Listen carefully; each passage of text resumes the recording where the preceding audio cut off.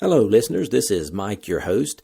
If you are enjoying these archive episodes, please consider supporting the podcast by going to the homepage, spacerockethistory.com, and clicking on the orange donate button or the Patreon link. Hopefully, with your support, I can continue to release these archive episodes. Thanks. Less than 10 months ago, tragedy here at Cape Kennedy rocked this nation's space program, set back our moon landing schedule by as much as a year, and set loose doubts about sending men into space at all. Today, the nation rejoices. Hopes rise again that John Kennedy's goal of putting an American on the moon by 1970 will be realized. Oh, it's terrific! It's good and shaky. The glass window is shaking. We're holding it with our hands. Look at that rocket go into the clouds at 3,000 feet. Oh, it's terrific. Look at it going. You can see it. Hello and welcome. This is Michael Annis, and you're listening to episode 148 of the Space Rocket History Podcast. And now, Apollo 4. Unmanned missions in every program are forgotten, except in NASA record books. Something that annoys controllers, who know how difficult it is to control a Virgin spacecraft and booster and operate with software all fresh off the production line. The controllers had to do the crew's job without the benefit of their presence, using ground commands in place of the crew switches. We provided all the maneuvers and testing called for in the flight plan. Every controller loved the unmanned missions. We were the first to fly new spacecraft. No man would fly until these missions were successful. That was a quote from Flight Director Gene Kranz. Apollo 4 was the first unmanned test flight of the Saturn V. It was the first to be launched from Launch Complex 39 at the John F. Kennedy Space Center on Merritt Island, Florida, on facilities built specifically for Saturn V. It was the first Apollo flight after the stand-down imposed after the Apollo 1 fire, which killed the first Apollo crew. It was the first to use NASA's official Apollo numbering scheme established in April 1967. It was designated Apollo 4 because there had been 3 previous unmanned Apollo Saturn flights in 1967 using the Saturn 1B launch vehicle. As early as May 9, 1967, Houston proposed 4 manned missions, 1 with only the command and service modules, the other 3 with all the vehicles. Before any attempt at a lunar landing, headquarters in Washington believed that the lunar landing mission might be possible on the 4th manned flight, which Houston thought was unrealistic. Chris Kraft warned George Low that a lunar landing should not be attempted on the first flight which leaves the Earth's gravitational field. There was much to be gained from the operations which could be conducted on the way to and in the vicinity of the moon. The many questions of thermal control away from the Earth's environment, navigation and control during translunar flight, communications and tracking at lunar distances, lighting conditions and other flight experiences affecting astronaut activities in the vicinity of the moon, lunar orbit and rendezvous techniques, just to name a few. It would be highly desirable to have had these experiences when NASA was ready to commit to a lunar landing operation, thereby allowing a more reasonable concentration on the new problems not yet discovered associated with the descent to the lunar surface. Deputy Administrator Siemens and his aides made a swing around the manned spaceflight circuit in June, visiting Kennedy, Huntsville, Mississippi Test, Machode, and Houston.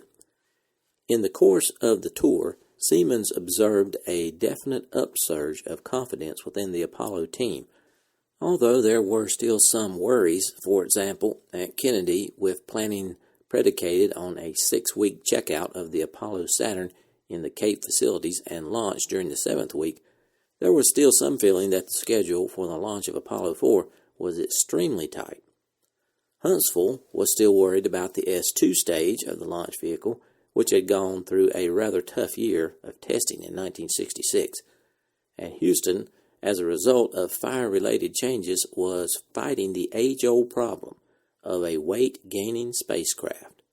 On top of this, the lunar module was still having ascent engine instability problems, also left over from the previous year. The next month, in July 1967, Miller and an entourage visited the North American plant at Downey to see what the contractor had done about the Thompson Board's recommendations. As they walked around the manufacturing area, Miller seemed generally pleased with progress. Within a very few months, that progress was to be demonstrated in a very satisfactory manner. Now let's turn our attention toward the vehicle assembly. Apollo Saturn V, designed to propel the United States manned lunar landing mission. 3 million parts from the labor of people at 20,000 companies, universities, and government facilities. A first stage assembled in Louisiana, using parts from Kansas, Missouri, Washington, and many other states. A second stage shipped to the Kennedy Space Center in Florida through the Panama Canal from California, with a stopover in Mississippi for testing. A third stage flown from California to Florida. An instrument unit from Alabama. The spacecraft came from factories in Oklahoma, New York, and California, and electronic systems came from such widely separated sources as Massachusetts and Wisconsin. Major equipment to prepare, test, launch, guide, track, and recover the spacecraft are the products of Minnesota, New Jersey, Pennsylvania, Arizona, Ohio, Tennessee, and other states. The launch of Apollo 4 was originally planned for late 1966, but was pushed back by stage development problems to April 1967. The first piece to arrive at the Kennedy Space Center was the S-4B stage, built by the Douglas Aircraft Company. It was small enough to be transported by a specially built plane called the Pregnant Guppy, built by Aerospace Lines, Inc. It arrived on August 14, 1966. The other stages were much larger and had to travel by barge along the Banana River. The S-1C first stage, built by Boeing Company, arrived next on September 12th from Michoud, Louisiana. I'm sure you recall from last week's episode, North American Aviation was a contractor for both the S-2 Saturn V second stage and the Apollo Command Service Module spacecraft. NASA had been experiencing problems with North American's schedule, cost, and quality performance on both programs, severe enough that Apollo director Samuel C. Phillips sent a team to North American in California in November and December of 1965 to investigate the matters and recommended solutions to the program management problems. He published his findings in a report to his supervisor, George Miller. The S-2 development was known to be about a year behind schedule, and the first flight-ready stage did not make its delivery in 1966. In the meantime, vehicle assembly continued using a huge spool-shaped spacer in its place in order to gain more experience in the third stage stack procedure. The S-2 did not arrive until January 21, 1967. 6 days before the fatal Apollo 1 spacecraft fire. Upon inspection, cracks were found in the liquid hydrogen tank. These were repaired. The third stage and the spacer was removed and assembly continued with the S-2 on February 23rd. Command and Service Module number 17 arrived from North American about a month before the Apollo fire on December 24, 1966. It had already passed a quality control inspection, but after the fire that destroyed its sister command module, number 12, it was subject to an intensive inspection that found a total of 1,407 errors in the spacecraft. Dozens of haphazardly routed and skinned wires were short circuits just waiting to happen. NASA managers came to see the problems for themselves. Director of Launch Operations Rocco Petrone was said to have cursed. Apollo Spacecraft Program Officer Manager Joseph Shea welled up in tears, and Phillips stood in stunned silence. The Command Service Module was removed from the stack on February 14, 1967 for repair, which required another 4 months until it was ready to be remated to the rocket on June 20th. On August 26th, the complete launch vehicle finally rolled out of the vertical assembly building, more than 8 months after the originally scheduled launch date. Here's an audio clip to put things in perspective. The Apollo Saturn V assembly, tall as a 36-story building, weighing over 6 million pounds, outstrips the wildest fantasies of man. 19 times more powerful than Atlas. It takes off with a thrust equivalent to 160 million horsepower from 5 engines clustered at its base like the number 5 on dice. The roar of its liftoff makes the noise of 25,000 stereo sets playing full blast. It vibrates the innards of anybody standing within 3.5 miles of the launch site. In terms of weightlifting, it's as though we had picked a Navy destroyer out of the water and thrown it to the moon. Everything about this newest bird involves superlatives. It stretches the vocabulary of all who attempt to describe it. It's so huge, so complicated, that the Kennedy Space Center had to create a whole new way of handling and carrying it. All sections are stacked on top of each other in a barn 52 stories high, costing $108,700,000. This is the world's largest building, with an interior space so vast that it creates its own weather. If it were not for 10,000 tons of air conditioning, clouds would form inside and it would rain.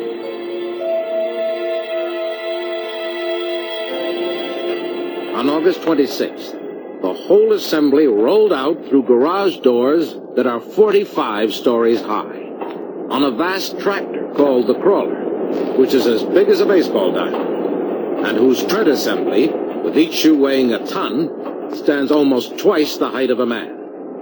All this moved almost imperceptibly, at a third of a mile an hour, to Pad A at the moonport, over a special 3.5-mile-long road. Altogether, in its every dimension, Saturn V reduces man to a dwarf, except in the one most important dimension.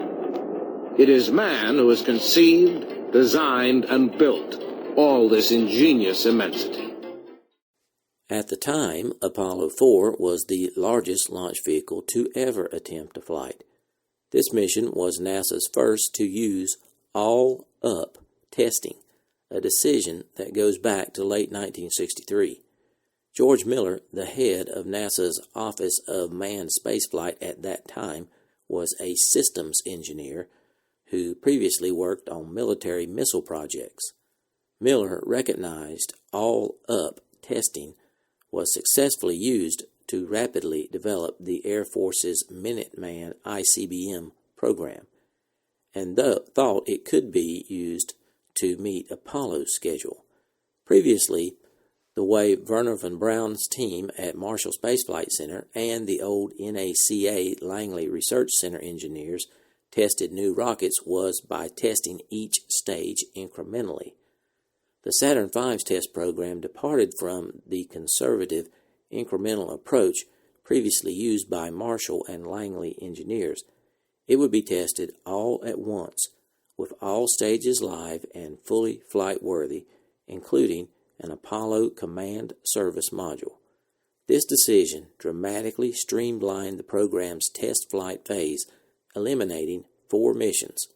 But it required everything to work properly the first time. Apollo program managers had misgivings about all-up testings, but agreed to do it with some reluctance, since incremental component test would inevitably push the lunar landing past the 1970 goal. Since this was an all-up test, it was the first S-1C first stage and S-2 second stage first launch, It would also be the first time that the S-4B third stage would be restarted in Earth orbit, and the first time that the Apollo spacecraft would re-enter Earth's atmosphere at the speed of a lunar return trajectory. Here's Walter Cronkite with the flight objectives. Here at the Kennedy Space Center, the count now is 5 minutes and 29 seconds to the launch of Saturn V, the biggest rocket man has ever built, a critical test of this rocket complex which is to take an American to the moon. We have two major objectives this morning: to test all three stages of Saturn V. They've never flown together before. The first stage has never flown before. The second stage has never flown before. The third stage has flown before but has never been reignited in flight, as it will have to be on this mission if it is successful. The Apollo spacecraft, as prepared for this flight, has not been flown before. It is a complete spacecraft, except there are no men in it. Three little black boxes doing their work as nearly as they can. And it is to test the heat shield for a lunar re-entry speed of 25,000 miles an hour when it plunges back to Earth some 8 3/4 hours from now.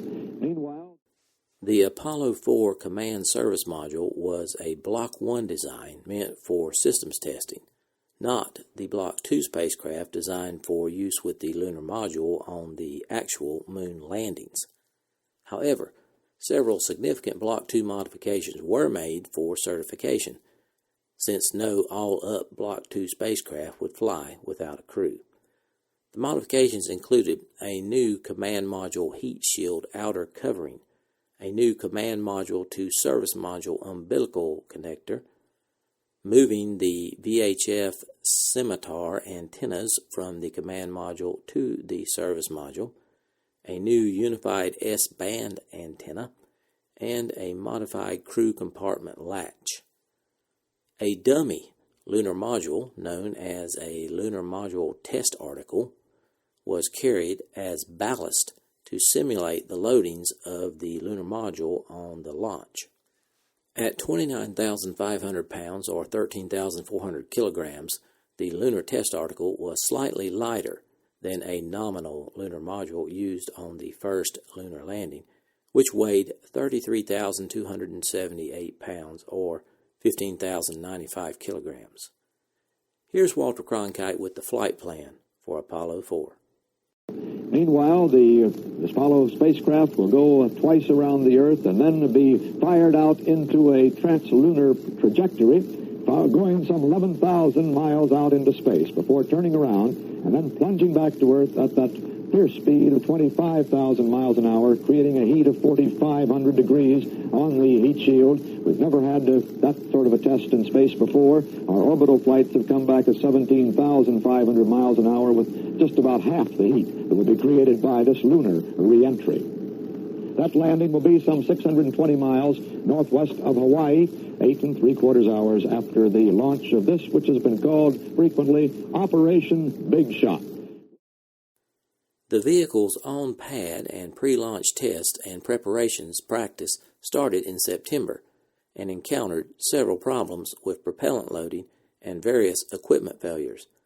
These pushed the launch into November, but provided valuable lessons learned on the new vehicle. By this time, North American had been purchased by Rockwell Standard Corporation, so launch support was first provided under the new name North American Rockwell. On November 6th, the 56 1/2 hour countdown sequence began with propellant loading. In total, there were 89 trailer truck loads of liquid oxygen, 28 trailer loads of liquid hydrogen, and 27 rail cars of RP1 refined kerosene. This time, the problems encountered were few and minor. Much like the Saturn I's maiden flight 6 years earlier, the fear of a low-altitude launch failure, and especially a pad explosion, was high. Several NASA studies had been conducted to assess this scenario by studying previous such accidents, notably the March 1965 Atlas Centaur disaster. But in all such cases, they involved launch vehicles less than half the size and fuel load of the Saturn V. Such an event would be a catastrophe beyond all proportions. Fortunately, that didn't happen. Now let's move on to the launch. Birds, reptiles, and animals of higher and lower order that gathered at the Florida Wildlife Game Refuge, also known as Kennedy Space Center, would soon feel a tremendous jolt. When the 5 engines in the first stage of Saturn V ignited, there would be a man-made earthquake and shockwave. As someone later remarked, the question was not whether the Saturn V had risen, but whether Florida had sunk. The spacecraft stack at Launch Complex 39 was poised for the first Saturn V mission and first use of Launch Complex 39. Now, here is Walter Cronkite and Jack King with launch coverage of Apollo 4. We'll be tuning in every once in a while now as we get into the last 4 minutes of this countdown to Jack King, the voice of Apollo Control, who we will hear also on the launch. Reminding you again that ignition takes place some 9 seconds before the blast-off from the pad itself. Apollo Saturn Launch Control, Here's an announcement from 3 minutes, 30 seconds and counting. The countdown still in process at this time. We've had an excellent countdown since the count was picked up some 49 hours ago. Coming up in about 10 seconds, we'll go on an automatic sequence. The automatic sequence comes in at 3 minutes and 10 seconds, and our countdown is completely automatic from then on down. The automatic sequencer is in. We are now completely automatic. Here in the Launch Control Center, we'll be monitoring some 300 readouts as the countdown continues to click down under the direction of the 2 ground computers, one here in the Launch Control Center, the other one right beneath the launch vehicle at the pad, but with the crew here directing the operation of these computers. We're now coming down on 2 minutes and 40 seconds and counting.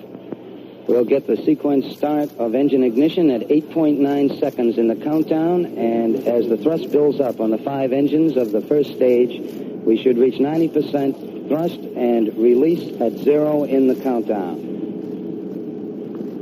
That's a beautiful picture you see from the top of the 20 seconds and counting. Top of the umbilical tower every once in a while that we pick up. It's one of the 60 pictures fed into the Launch Control Center from the pad that these cameras to operate right through the launch or as long as they can withstand the searing heat of the blast-off. This is Apollo Saturn Launch Control, T-minus 2 minutes and counting. T-minus 2. We're now beginning to pressurize the tanks within the Saturn V vehicle. We'll pressurize all of the tanks in all 3 stages with gaseous helium. As the pressurization builds up, it's being monitored here in the control center now at 1 minute and 40 seconds and counting. Our status board still indicating all is well. Status board shows instrument units, spacecraft, and all the launch support operations well at this time at 90 seconds and counting. We're expecting a decibel count back here at the express site of some 120 decibels. Tremendous roar. 16 seconds and counting. The pressurization continuing within the vehicle at this time. We also have a hydraulic commit that will permit the hydraulics to drive the engines in the first stage. Liquid hydrogen tank in the second stage now pressurizing. T-minus 60 seconds and counting. T-minus 60. Our status board still shows we're go at this time.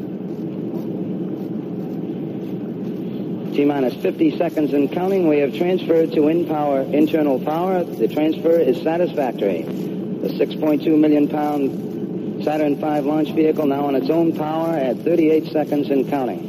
To repeat, the ignition sequence will start at 8.9 seconds. We'll be looking to lift off at 0. T-minus 30 seconds and don't forget. We'll count down from starting T-minus 20. T-minus 25. Stage is reporting ready for launch. T-minus 20.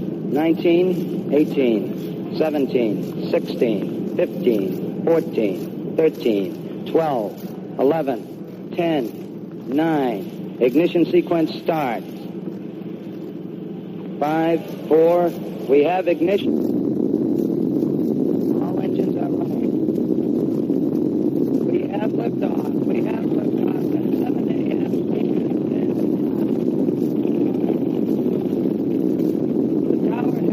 Now, our building shaking here.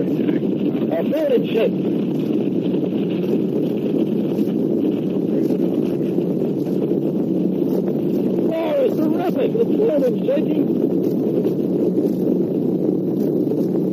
The glass window is shaking. We're holding it with our hands. Look at that rocket go into the clouds at 3,000 feet. Roar, terrific. Look at it going. You can see it. You can see it.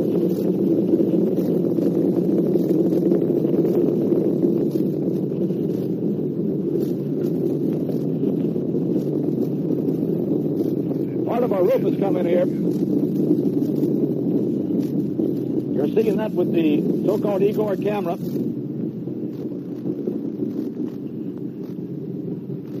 Sequence now of the launch. Climbing very nicely. Our velocity is now 2,000, about 2,500 feet per second. We are 3 miles downrange. 3 miles downrange.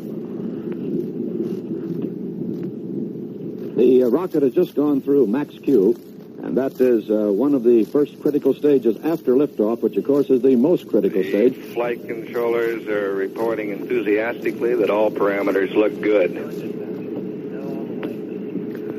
We're now The flight director says go all the way. How about 1 that? minute, 50 seconds. How about that? The Saturn has done it again. Right on time, precisely on time, except our clock. The launch occurred on November 9th at 7 a.m. Eastern Standard Time. 8 seconds before liftoff, the 5 F-1 engines ignited, sending tremendous amounts of noise across the Kennedy Space Center. To protect from a possible explosion, the launch pads at Launch Complex 39 were located more than 3 miles from the vertical assembly building. Still, the sound pressure was much stronger than expected and buffeted the vehicle assembly building, Launch Control Center, and press buildings. Ceiling tiles fell around news reporter Walter Cronkite covering the launch for CBS. Cronkite and producer Jeff Grownick put their hands on the observation window in an effort to stop its powerful vibrations. Cronkite later admitted he was overwhelmed by the power of the rocket and the emotion of the moment. His on-air description was delivered without his usual poise and reserve as he yelled above the launch noise into his microphone. "Our building is shaking here. Our building is shaking. Oh, it's terrific. The building's shaking. This big blast window is shaking. We're holding it with our hands. Look at that rocket going to the clouds at 3,000 feet. You can see it. You can see it. Oh, the roar is terrific." End quote. Apollo 4 was on its way. Downrange, 2 minutes, coming up on staging. This is the separation of the first says stage. he's go on all sources.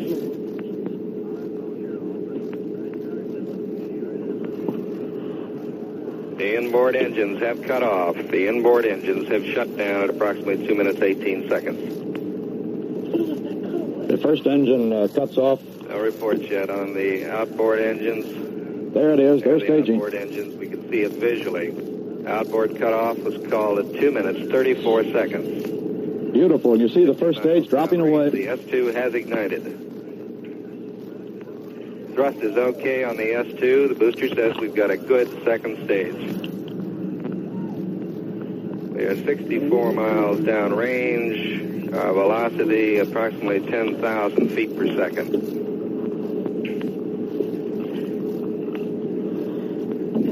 Second plane has separated the interstage surrounding the second stage engines, and the tower has jettisoned. We saw that. You saw it on that long-range camera. The tower jettisoned right on time. We're 3 minutes, 20 seconds into the flight.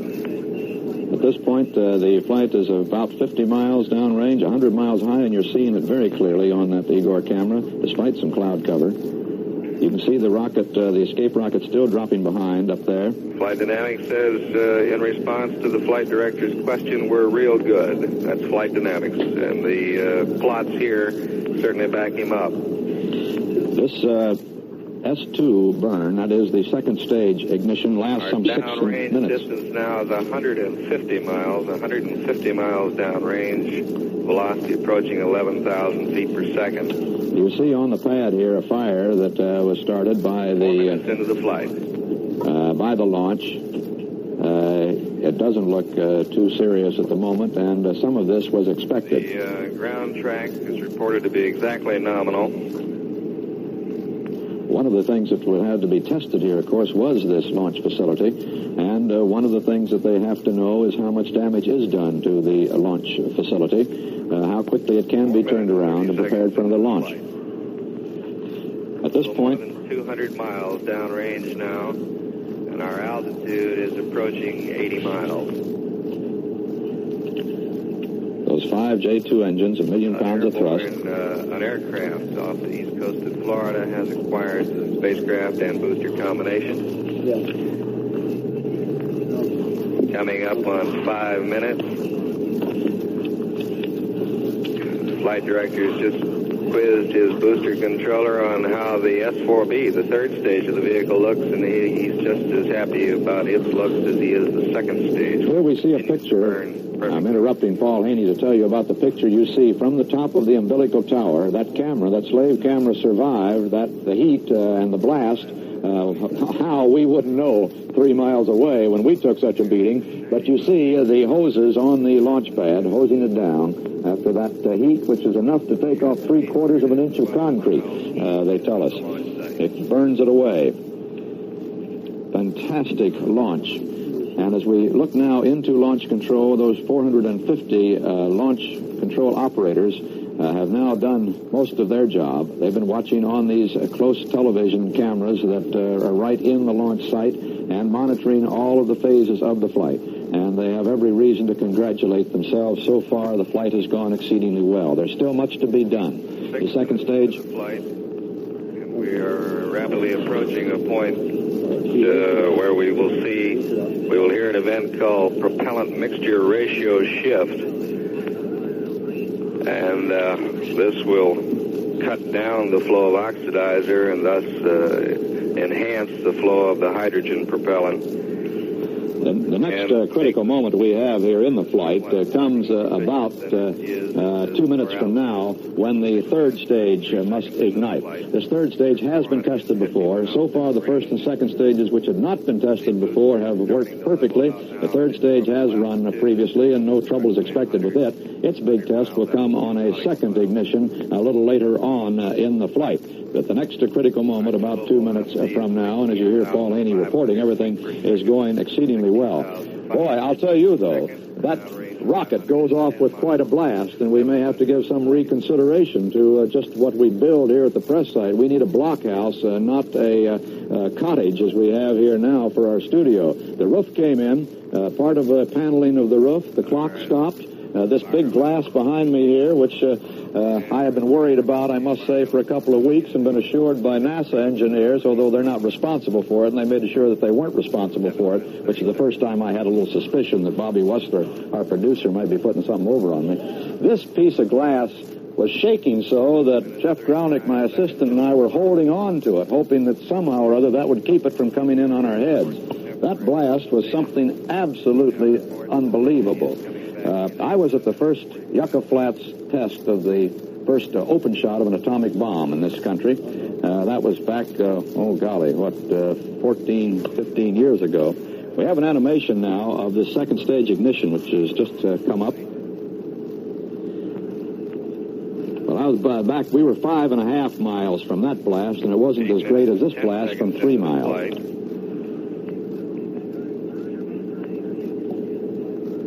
At 8:40 into the flight. 20 seconds, there's a possibility that we may have lost one engine on the second stage. That's only a possibility, not a confirmed fact. 8 minutes, 30 seconds. You just heard Paul Haney say there's a possibility of a loss of an engine. There are 5 engines on the second stage, and a loss of one engine coming up on staging of the second would stage. Probably not be critical. Second stage is dropping away at any point. Cut off on the second stage. There it is, the second stage. 8 minutes, 50 seconds in. We have J2 ignition on the third stage.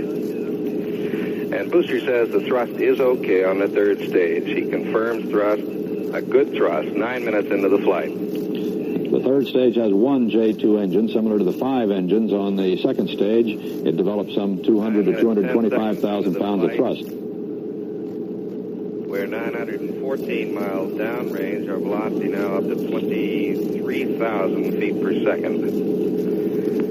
The performance right at the end of the second stage seemed to be a little erratic. We had some data dropouts. One flight controller thought perhaps we'd lost one of the 5 engines. We have no confirmation yet. I'm sure it'll turn up in the data. We did burn out approximately on time, and the S4B ignited right off on just as it should have.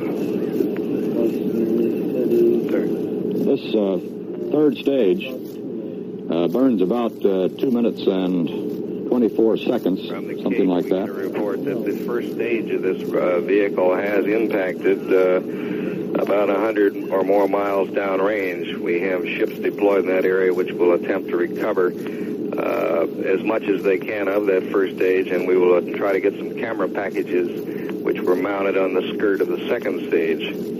10 minutes and 18 seconds into the flight, and the flight director advises we have about 1 more minute of burn ahead of us. The Vanguard ship has acquired out in mid-Atlantic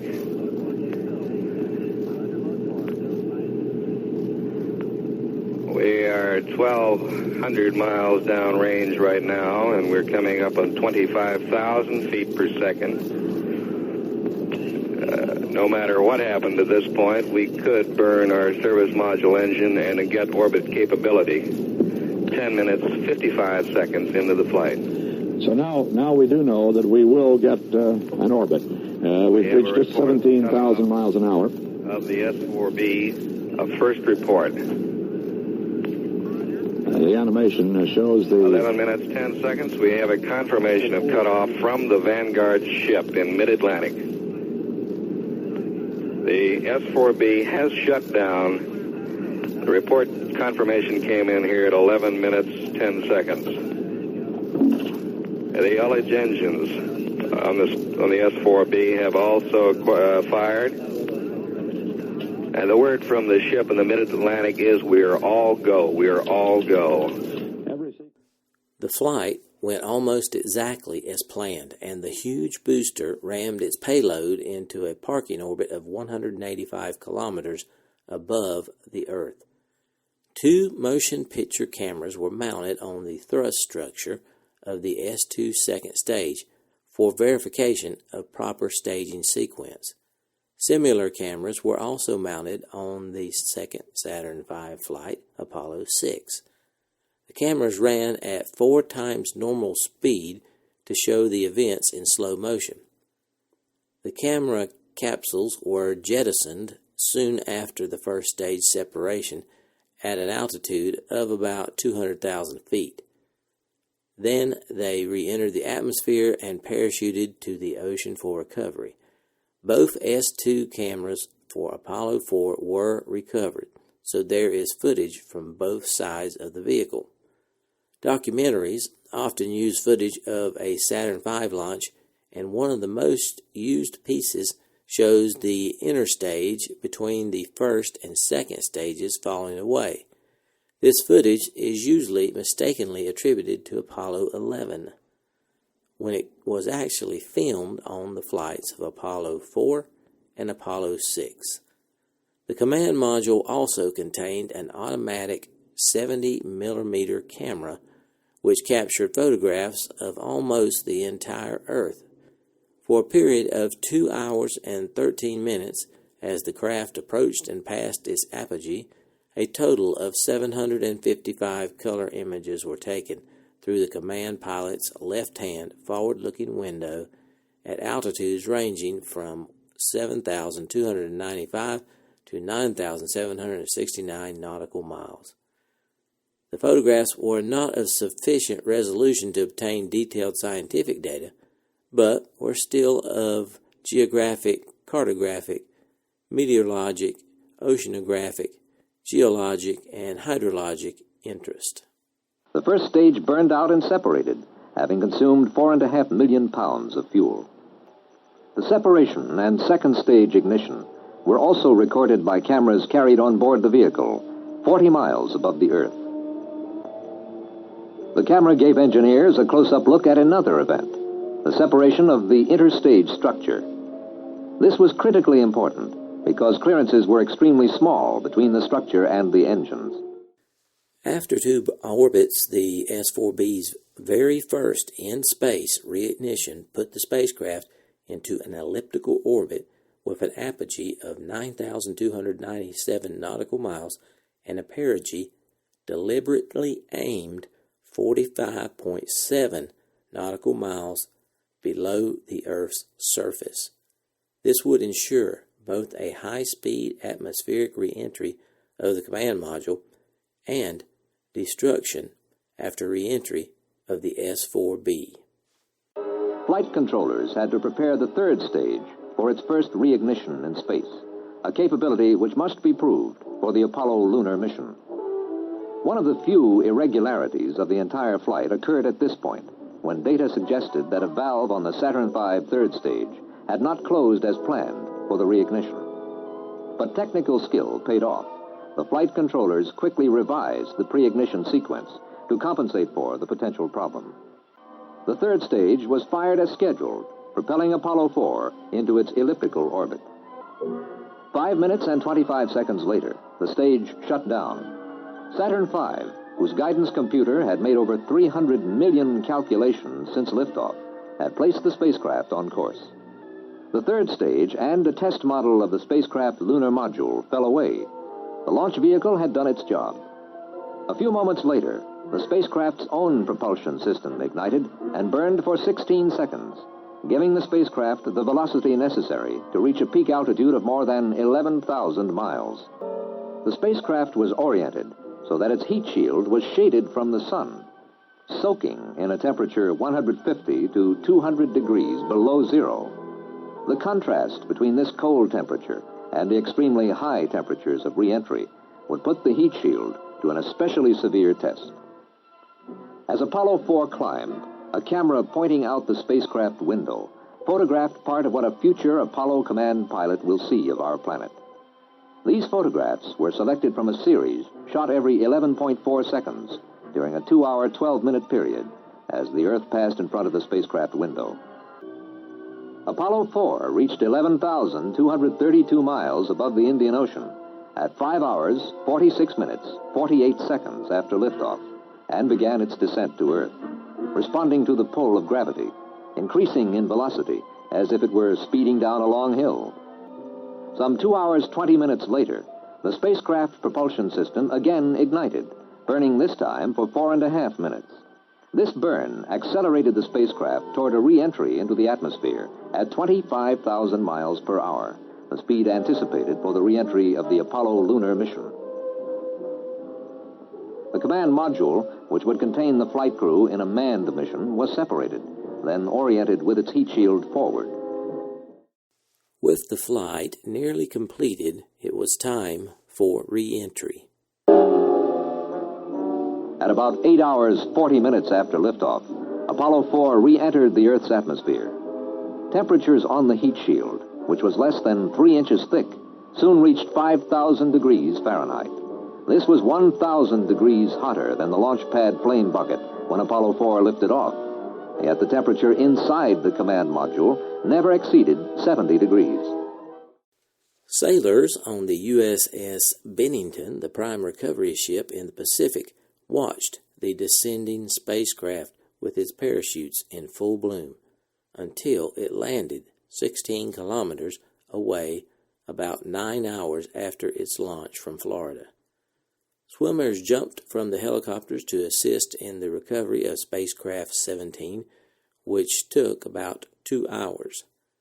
The command module landed approximately 8.6 nautical miles from the target landing site northwest of Midway Island in the North Pacific Ocean. The command module splashed into the Pacific Ocean within sight of its recovery ship, the USS Bennington. Although charred, the 5.5-ton command module, like the entire 3,000-ton Apollo Saturn V, had passed the test. Further, the chain of ground facilities and the launch and flight teams had shown themselves equal to the task.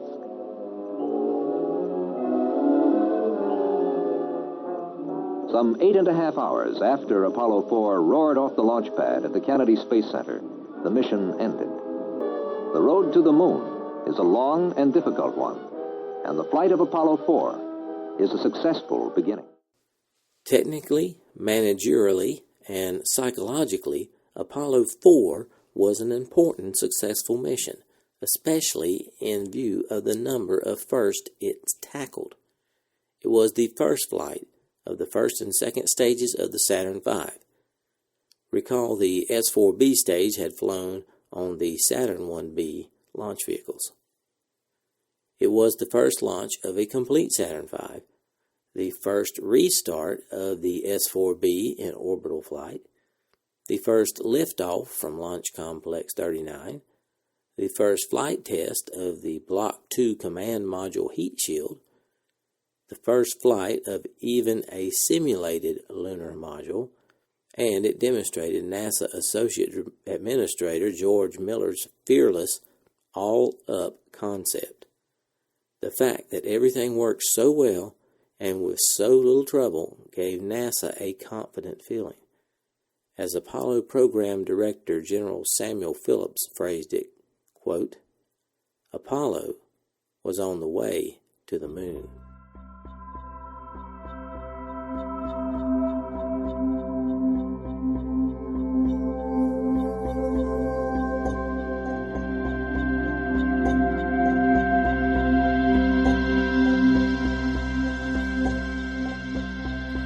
Thanks for listening to this archive episode of the Space Rocket History Podcast. If you are financially able, please support the podcast by going to the homepage, spacerockethistory.com, and clicking on the orange Donate button or the Patreon link. Thanks.